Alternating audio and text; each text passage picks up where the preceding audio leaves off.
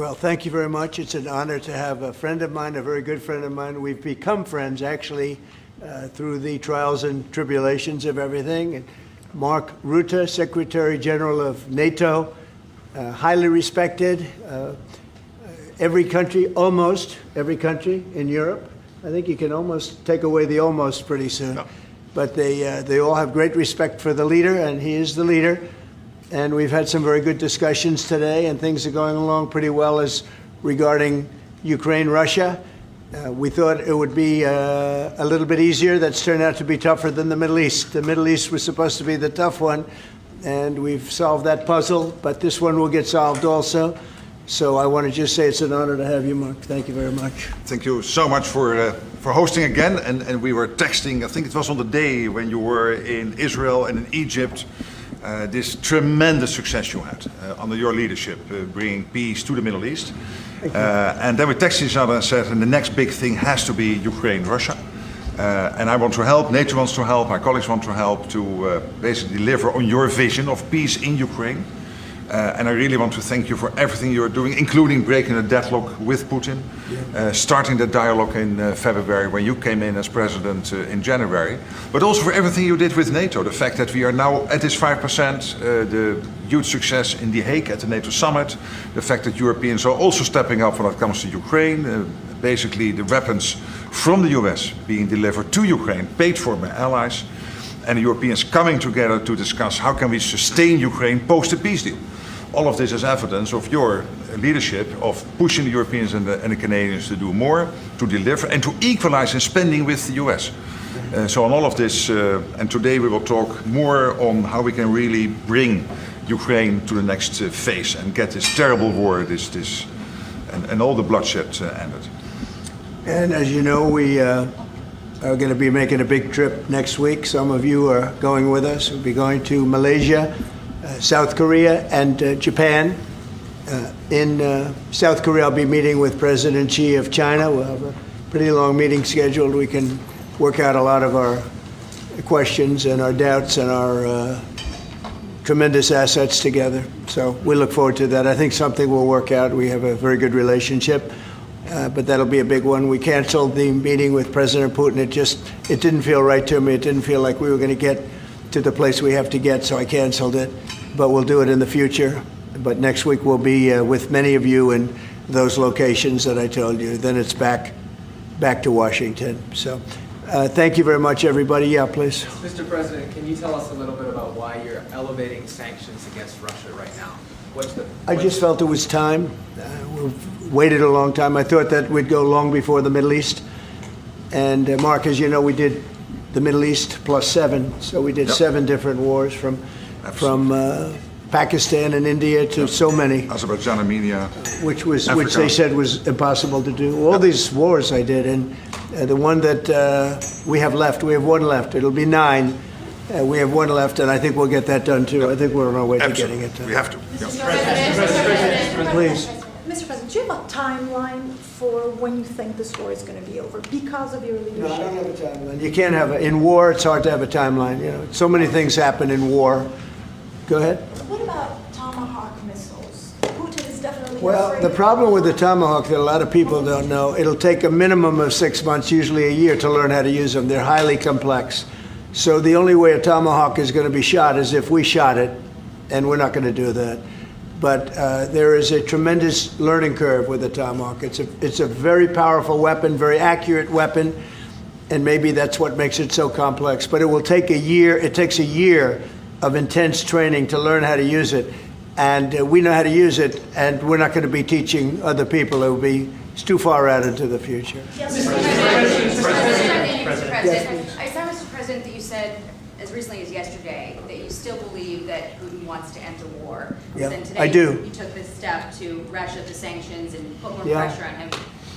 What else are you going to do to encourage him to get there, or can you explain why you do believe that he wants peace? Yeah, it's a good question. Today is a very big day in terms of what we're doing. Look, these are tremendous sanctions. These are very big. Those are against their 2 big oil companies, and we hope that they won't be on for long. We hope that the war will be settled.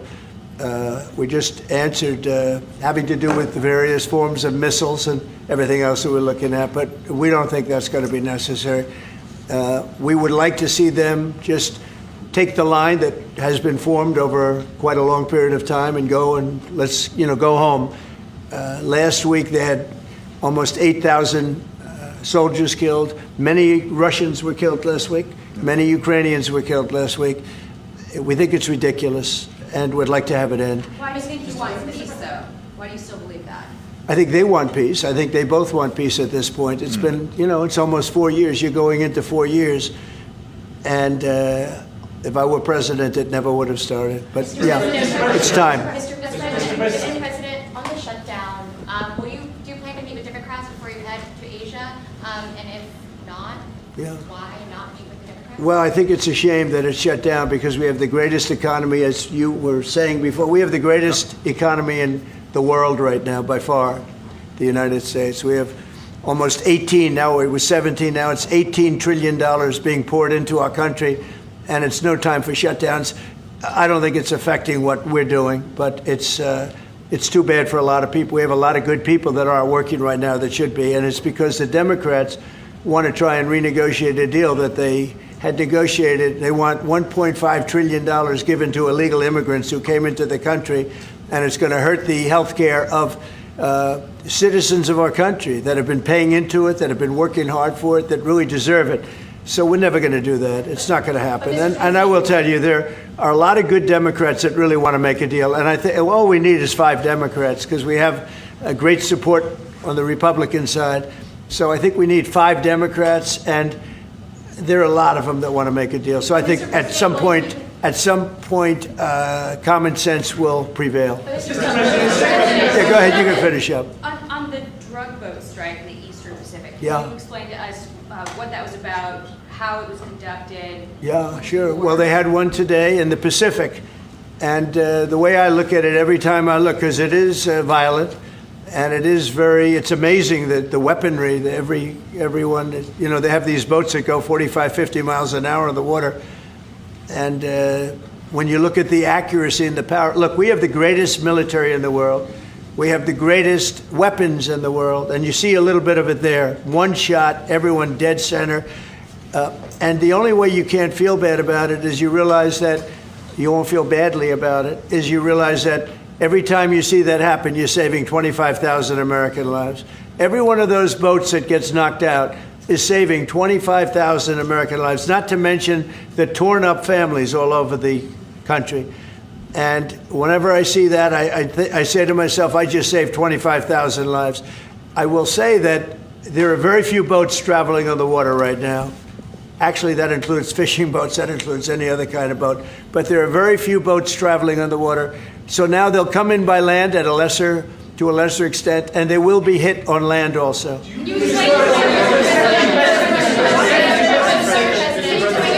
ahead, in the back, please. Do you have the legal authority if they do come? Yes, we do. We have legal authority, right? We're allowed to do that. And if we do by land, we may go back to Congress. But this is a national security problem. They killed 300,000 people last year, these drugs coming in. They killed 300,000 Americans last year, and that gives you legal authority. We have a national security, really, I will say this. When you look at the people we're dealing with, and we know them, we know the people coming in, we know the boats, we know everything else. We're allowed to do it. It's in international waters. If we don't do it, we're going to lose hundreds of thousands of people. Now, they'll be coming in by land a little bit more because they're not coming in by boat anymore. There are no boats in the water. There are no more boats. We know the boat almost immediately. It's pretty unusual when you see somebody with a fishing rod and 5 engines on the back of the boat. You don't need that to go fishing. Wait. And we will hit them very hard when they come in by land. And they haven't experienced that yet, but now we're totally prepared to do that.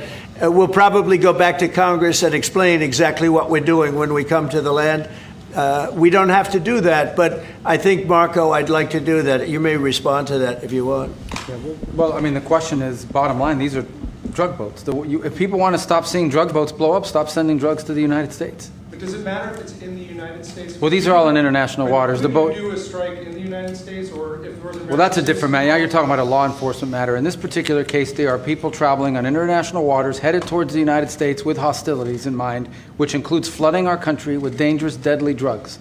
And they're going to be stopped. And that's what's happening. And in the case last week, you saw there was a submarine. It was a submarine. It was a submersible. That's a drug boat all the way through. We know what these boats are. The president just said it.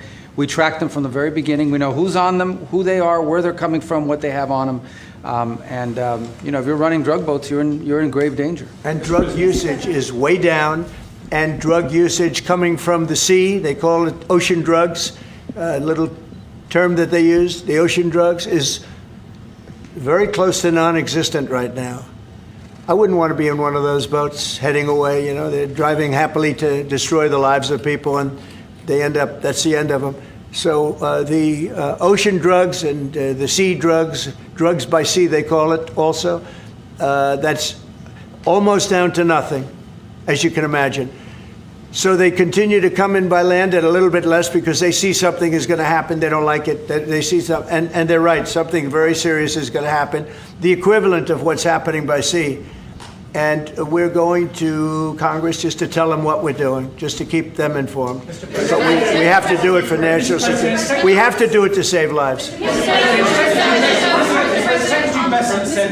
Besant said that Vladimir Putin had not been honest and forthright in his talks to the EU. Just wondering if you could tell us a little bit more about your feelings about that. And also, if I may, to Rutte, just your thoughts on whether Ukraine should get Tomahawks. Thank you. Well, I think that in terms of honesty, the only thing I can say is every time I speak with Vladimir, I have good conversations, and then they don't go anywhere. They just don't go anywhere. So in that sense, but no, look, he's fighting a war.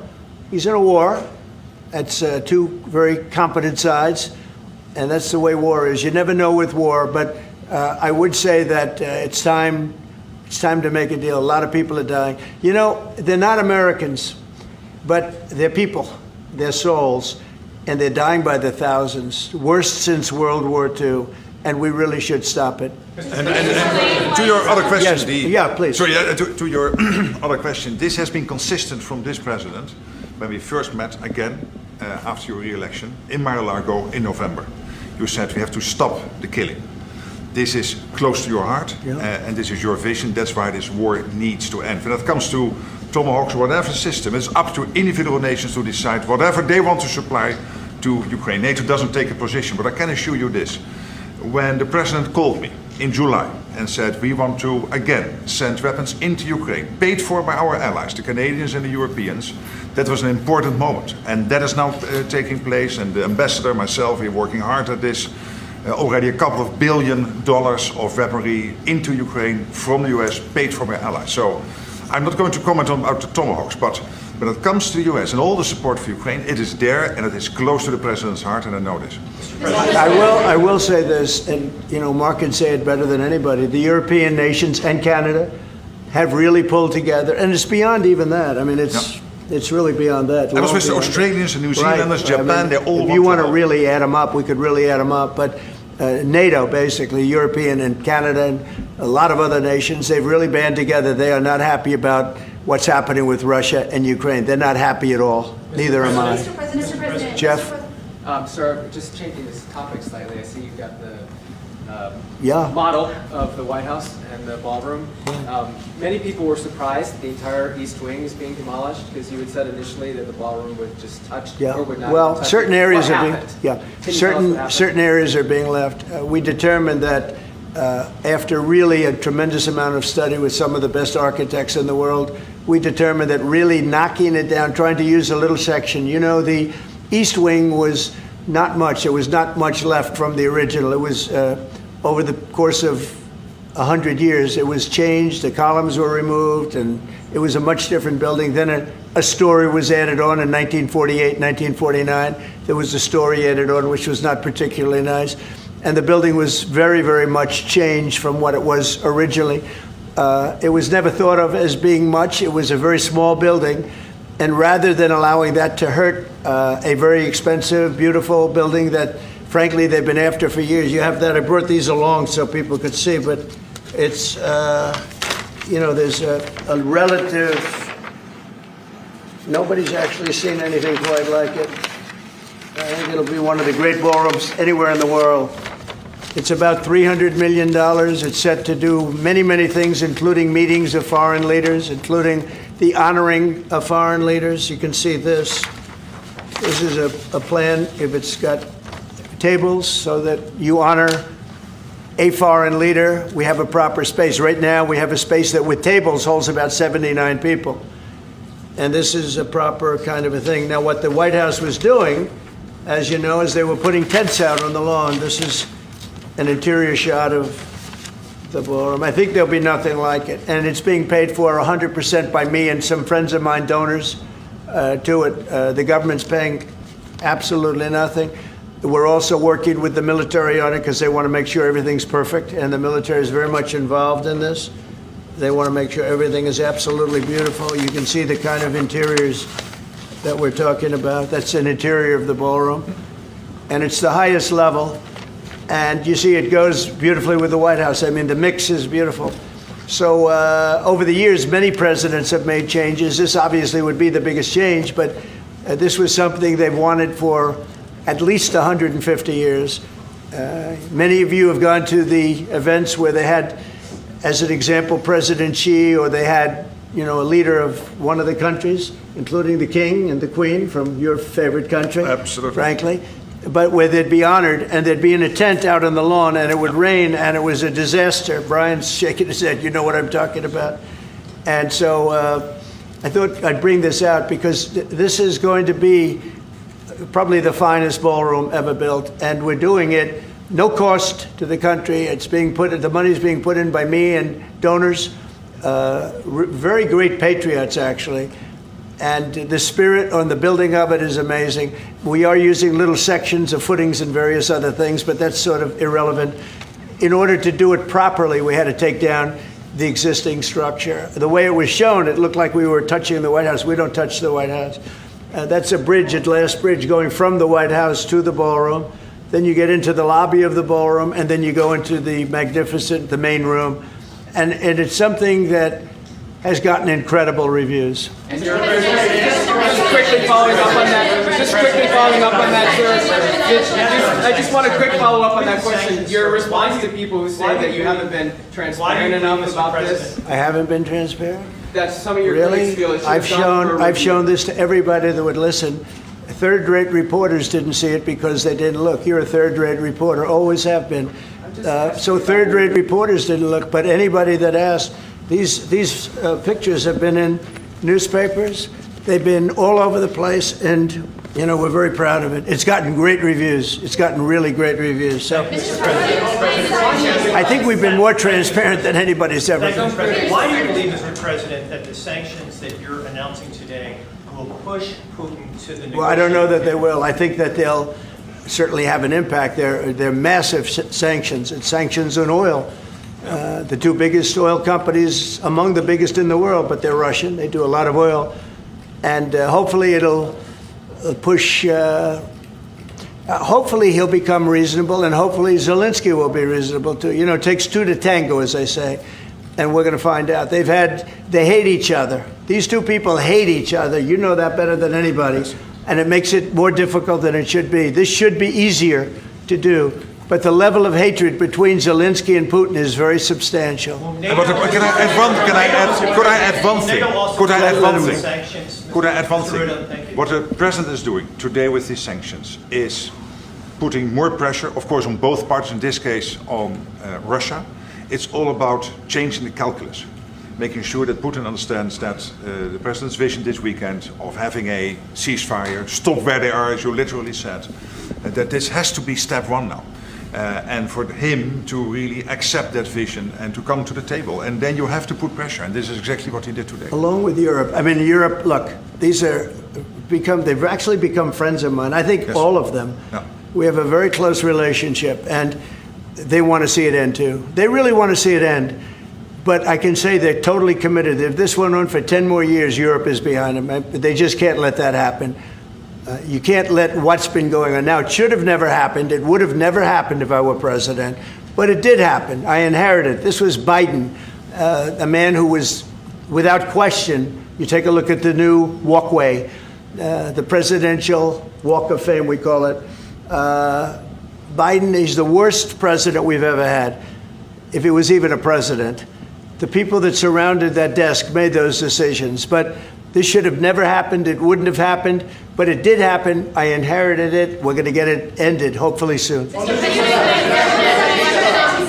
Yes, please. You had a Truth Social post earlier this afternoon talking about a Wall Street Journal report as a fake story. Yeah, It fake. sort of Wall Street Journal is fake. So this- Less fake on financial than it is on gossip.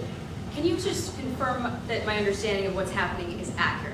As I understand it, that story framed it like we had just lifted the U.S. a restriction on intelligence. No, it said that I gave Ukraine permission to shoot missiles deep into Russia. I didn't do that. Second of all, they're not using our missiles. They're using, I think, European missiles or from someplace, but they're not using ours. And what they do, I don't control that. But I do control our missiles. They're not shooting our missiles in. It was a fake story. Wall Street Journal does a lot of fake stories. Thank you so much. The president of Colombia in a recent interview said that if you won't change, he thinks that people should get rid of you. We're talking about now Columbia, the country, not the university. Yes. Go ahead. He said what? He said that if you won't change, then perhaps you need to be gotten rid of. Do you view that as a threat? Well, he's a thug and bad guy. He's a guy that is making a lot of drugs. We've just, as of today, stopped all payments going to Colombia, the country Colombia. Also, the school Colombia. No, we settled. We made a settlement with him. But no, he's a thug, and he's a bad guy, and he's hurt his country very badly. They're doing very poorly, Colombia. They make cocaine. They have cocaine factories. They grow all sorts of crap that's drugs, bad drugs coming into the United States, goes generally through Mexico. And he better watch it or we'll take very serious action against him and his country. His country is, what he has led his country into is a death trap.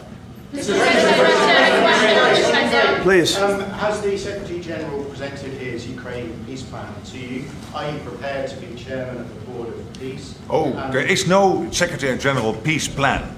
But I'm here for, I really want to correct it because I saw some of that in the media. Of course, many people are thinking how to bring this terrible war to an end and supporting the President in doing that. Why I'm here is to dialogue again with the President how I can be, how NATO, my colleagues and other colleagues in NATO can be of maximum support to get that done.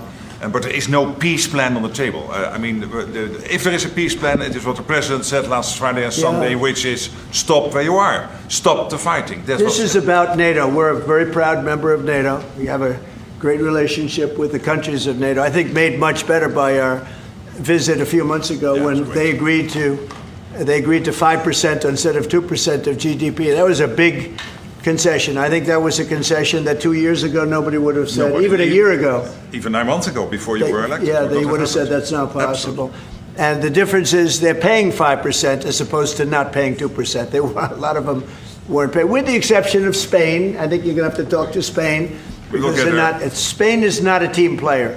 So other than Spain, everybody's 100%.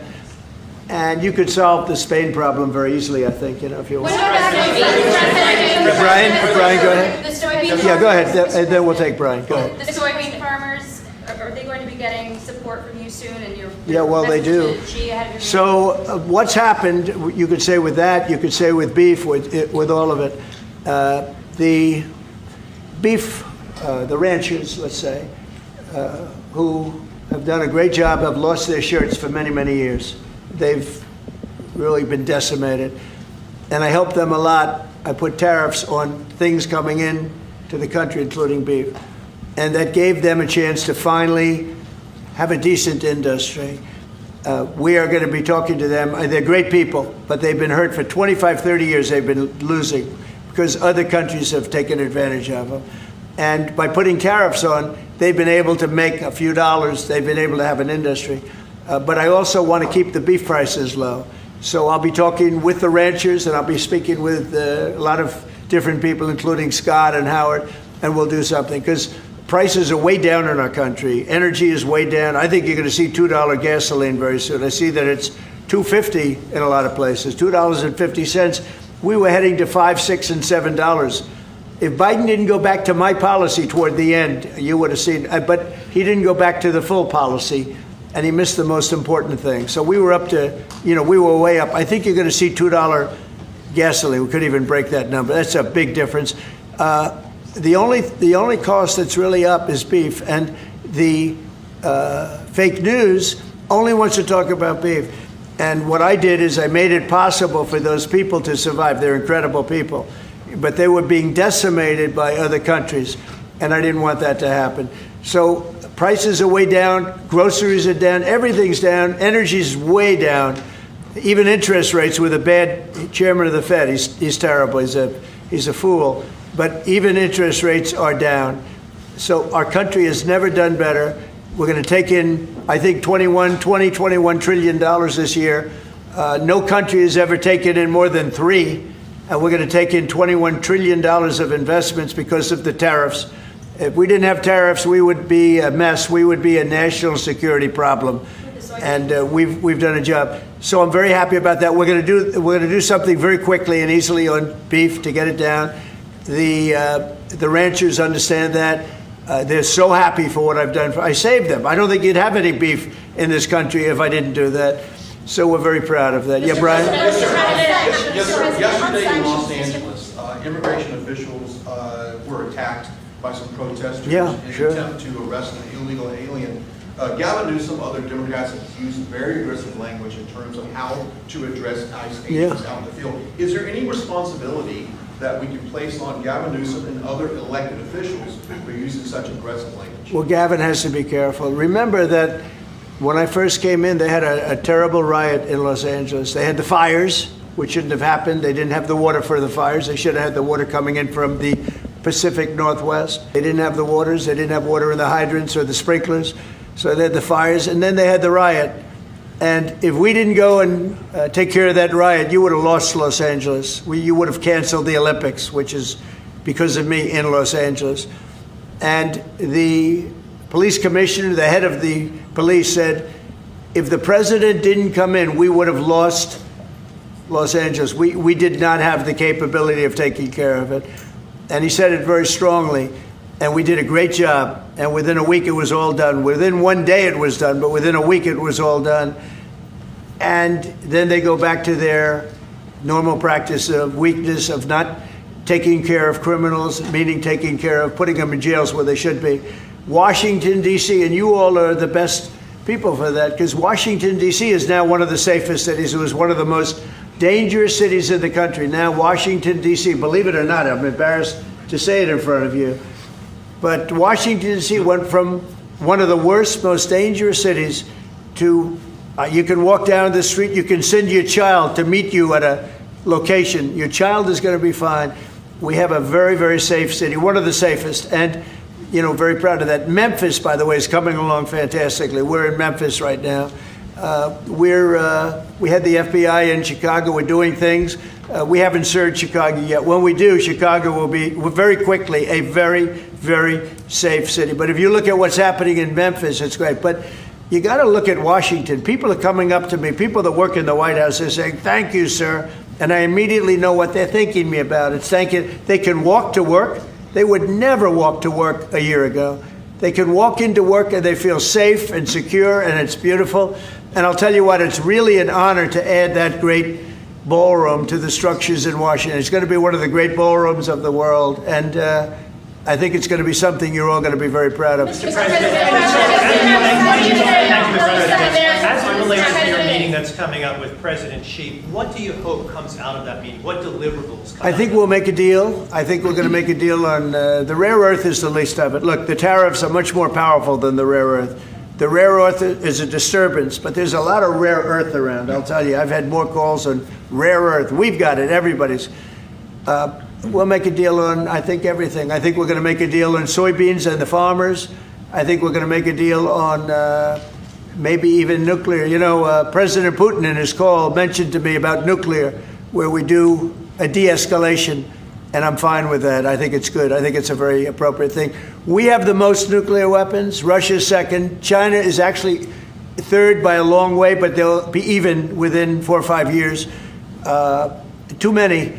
And we are talking about de-escalation that's already being talked about. Can you convince President... And I think we'll probably add China into the mix. Mr. President, can you convince President Xi to stop purchasing all of that Russian oil that's funding this war against Ukraine? Well, I think I'll be talking to him about it. I think it's a little bit of a different talk. India, as you know, has told me they are stop. You know, it's a process. You can't just stop it. But by the end of the year, they'll be down to almost nothing.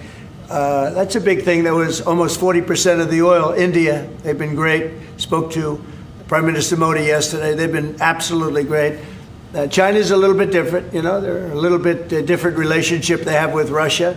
It was never good, but because of Biden and Obama, they got forced together. They should never have been forced together, but they're a little bit forced. But they're by nature, they're not. They can't be friendly. They can't be friendly. By nature, they can, I hope they are friendly, frankly, but they can't be. You should not have forced Russia and China together. And Biden did that, and Obama did that. They forced them together because of energy, because of oil. And so they are closer than they would normally be. I think I'll probably be talking about it. What I'll really be talking to him about is how do we end the war with Russia and Ukraine, whether it's through oil or energy or anything else. And I think he's going to be very receptive. He would now like to. I'm not sure that he did at the beginning. He would now like to see that war end. Do you think Xi plays an important role, Mr. President? Do you think Xi plays an important role in terms of inserting himself and convincing Putin, who he speaks to regularly, to stop the war right now? Yeah, I do. I think he can have a big influence on Putin. I think he can have a big influence on a lot of people. Look, he's a respected man. He's a very strong leader of a very big country. Yeah, I think he can have a big influence. And we will certainly be talking about Russia, Ukraine. Mr. President, in the back. Thank you, Mr. President. Liam Cosgrove with Zero. And my question is actually for the Secretary General. Yes. Mr. Secretary, I don't know if you've seen this, but polling out of Ukraine shows a massive collapse in Ukrainian support for the war. A Gallup poll had it just 23%. That's less than a quarter. Zelenskyy came out today praising President Trump's proposal for freezing the front lines of battle as part of a ceasefire. He said that's a good compromise. So people view your coming here as, you're lobbying the U.S. government to continue its involvement in the war. You're obviously lobbying for more NATO weapons to be sent to Ukraine, but Ukrainians themselves don't want to fight the war. So how do you justify that morally? Well, I'm lobbying only for one thing, and that is to make sure that we end this war. And I don't have to lobby the president because we totally agree on this. And this is what he has been doing from day one. Everything he could do to break the deadlock with Putin, get a dialogue going, dialoguing also with Zelenskyy, and getting this war done. It's crucial. And the fact that the US is now supplying weapons into Ukraine, paid for by allies, is extremely important. And that's now happening since 2-3 months. About 2 billion moving into Ukraine. The war hasn't wind down. Why do you think that'll wind it down now? What do you mean? You think more weapons will wind down the war? No, I mean, there's more to be done. So what you need, what the president said this weekend, stop where you are, so basically do a ceasefire and then have all your discussions about territory and whatever. But first stop the war. This is what you said on Friday and on Sunday. It's a war. I mean, your question's really a fair one. It's a war that should have never started. And you know how I feel about it. But it's a war that should have never started. And we're not selling any weapons to Ukraine. We're selling them to NATO. Yeah.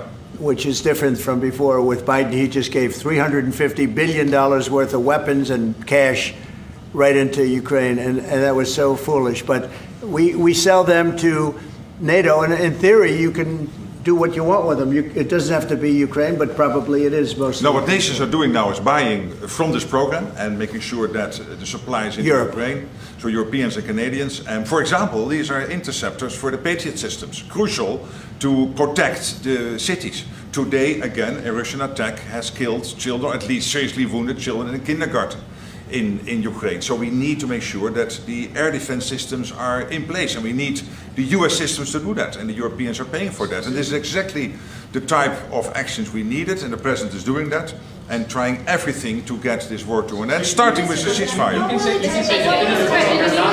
believe that Putin wants to take all of Ukraine? I always felt that way.